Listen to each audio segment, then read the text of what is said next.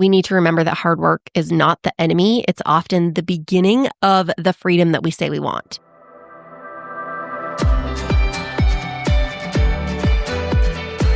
Welcome to Leaders of the West, a podcast for innovators and changemakers. I'm your host, Jessie Jarvis, the founder of the West, and I'm sitting down with agriculturalists, entrepreneurs, executives, and everyone in between with the goal of digging into the strategies, mindsets, and lessons that have been crucial to the success of ag and Western. Whether you're carrying on the next generation of your family's operation, starting something from scratch, or determined to climb up the leadership ladder, we're going to inspire you to continue to dream big, growing not just you, but the future of agriculture and Western as a whole. Let's go.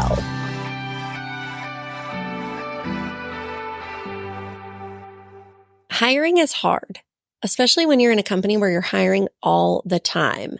We've been working behind the scenes to create something specifically for those of you who are hiring on average 3 to 4 jobs every month.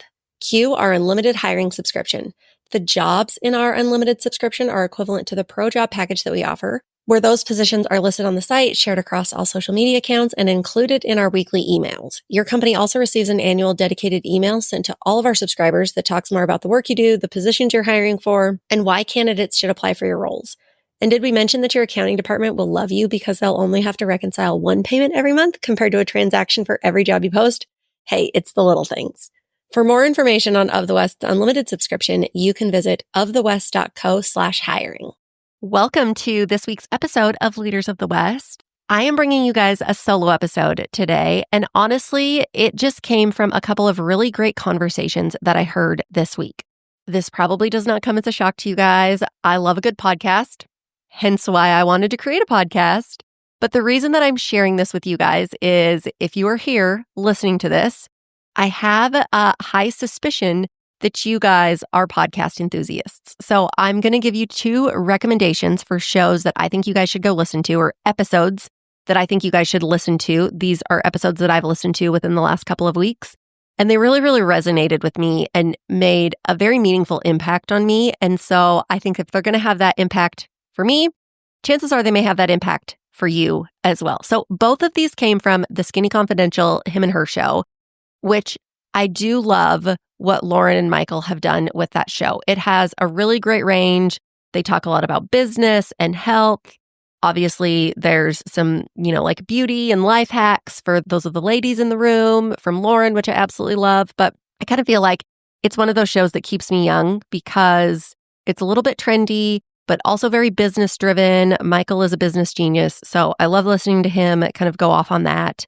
But it really is the best of all of the worlds that I care about or want to be better and do better in. One of the other reasons that I really enjoy that show or respect it is because it is one of the few shows, I think, where they bring on guests that come from completely different walks of life. Like one week they're going to have Ivanka Trump on, and the next week they're going to have Chelsea Clinton on. Obviously, those 2 people are polar opposites, but it really is one of the few shows out there where you can still find like real thoughtful dialogue between people who, and I don't want to say that they don't necessarily see eye to eye, but they definitely have their differences, right? They're on different side of beliefs or of the aisle in whatever it may be, right? Politics, health, religion, society, anything. All of that to say, it is a great show all in all, but this is where those 2 episodes came from. So one of the episodes featured Piers Morgan, and then the other one was Emma Grede. 2 very different people, totally different takeaways, but both of them left me thinking about 2 things that I think we need more of. 1, the ability to listen to somebody you don't agree with. And 2, the importance of putting in the work if you want to build a life or a career that actually gives you freedom. So today I'm going to share a little bit about each of those episodes, why they hit me the way that they did, and then why I think that they may be a good listen for you as well. So the first one was the Piers Morgan episode. Chances are you guys know who Piers Morgan is, but in case you are unfamiliar with him, he is a British journalist and broadcaster who's known for really speaking his mind. But what really stood out to me about this episode wasn't the controversy, it was the nuance. He's somebody who's really willing to have conversations with people across the spectrum. And what impressed me is that he does this with actual curiosity. He's had everybody from, politicians to pop stars on his show. And what he's great at is really creating space for real conversation, even when it's uncomfortable. And I think that is something that America needs more of. This episode wasn't just about one issue. It was about everything from social media's role in modern discourse and how traditional media is shifting and, why it is so important to actually talk. Yeah, actually talk, not disagree, but talk to people and have conversations with people that we don't necessarily agree with. He shared thoughts on free speech and independent platforms and how interviewers and everyday people can ask better questions instead of just getting mad, which if you've ever been scrolling on social media, you know how rare that is. People instantly just get in a heated argument and unfriend people when they disagree on something that, we could just let it roll on by. But here's the part that really hit me, as this is not the type of conversation that is being had in our country right now.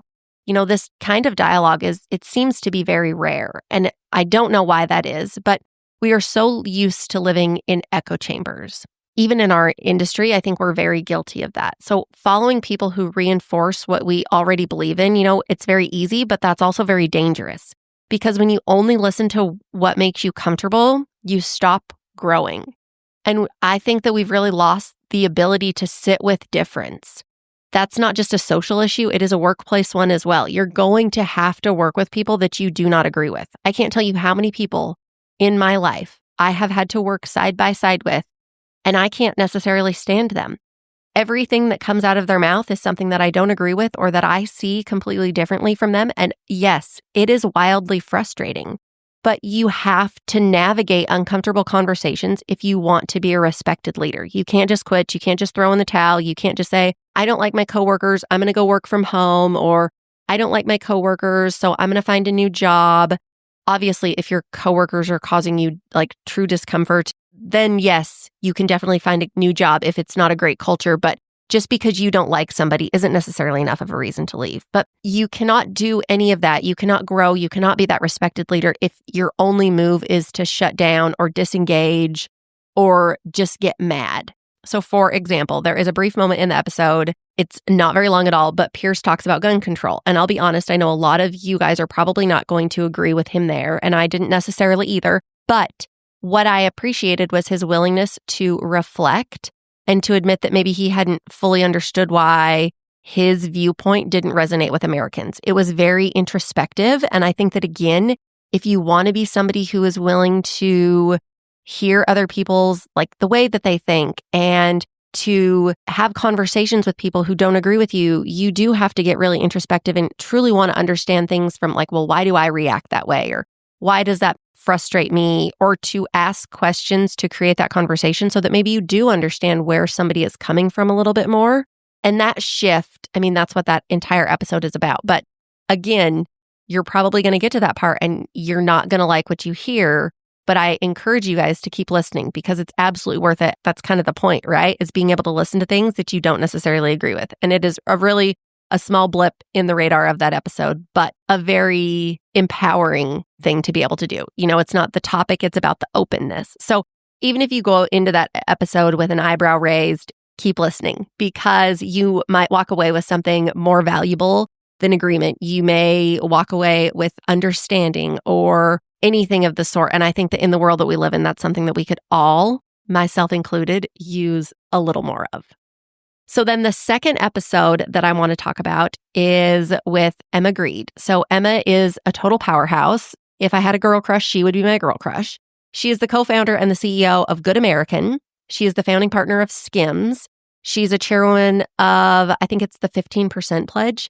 She's also one of the first Black women to sit in the Shark Tank chair, which is really cool. So I am obsessed with her. She also just recently launched a podcast earlier this spring, and those are great episodes too. So if you, like me, listen to this and you fall down the Emma Grede rabbit hole, which I had been down the rabbit hole long before this episode, which was why I was so excited about it. And it absolutely met every expectation that I had. But that's another great show to go listen to. I think it's called Aspire with Emma Grede. But what I loved about this episode was how real she was about what it takes to build something. She talked about the grind, the long hours, the sacrifices that you make. And she said something that I think a lot of people need to hear right now. And that is, if you want to be successful, you have to hustle. Now, I know that hustle culture has gotten a bad rap over the last, 5 years. People say that it's toxic. And yes, of course, burnout is very real and boundaries are very real. And I'm not going to discredit them in any way. But Emma drew this really smart distinction, which is the season that you are in matters. When you are early in your career, you should be hustling. You should be saying yes to more than you say no to. You should be building the foundation. That way, when you get into your 30s and 40s and 50s, when your priorities shift and your family needs more of you, you actually have the freedom to slow down because you've earned it, right? You said yes when you were building that foundation in your 20s. So now, when you're in your 30s and you have little kids and you don't want to go to this work thing because you want to take them to T-ball instead, you can say no. And I love, love, love hearing successful people say that because we've almost overcorrected in the other direction when it comes to the toxicity of hustle culture, in my opinion. We talk so much about rest and boundaries, which yes, they do matter, but we've almost started to shame people who hustle. But the reality is that nothing worth building happens without any kind of hustle. The freedom and the flexibility and the balance, it all comes after somebody has put in the work, not instead of putting in the work. In my 20s, I hustled hard and I built a name for myself in, Western lifestyle and the retail world through Western Runway and everything that came with that. And I said yes to a lot of opportunities and I poured in the hours. And eventually I created a career that allowed me to start saying no. But that freedom didn't come overnight. It came from years of putting in the work. And then when I started Of the West, suddenly I was back right where I started.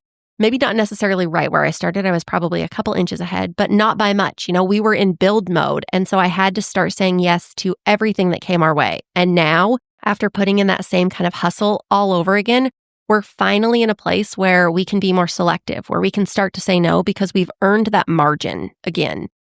And that is how I've gotten to where I am, is because I absolutely was a hustler and I still am a hustler, but I built the runway that I am now able to stand on. So if you are somebody you're in that season of hustle, that's not something to be ashamed of. I think it's something to be really, really proud of.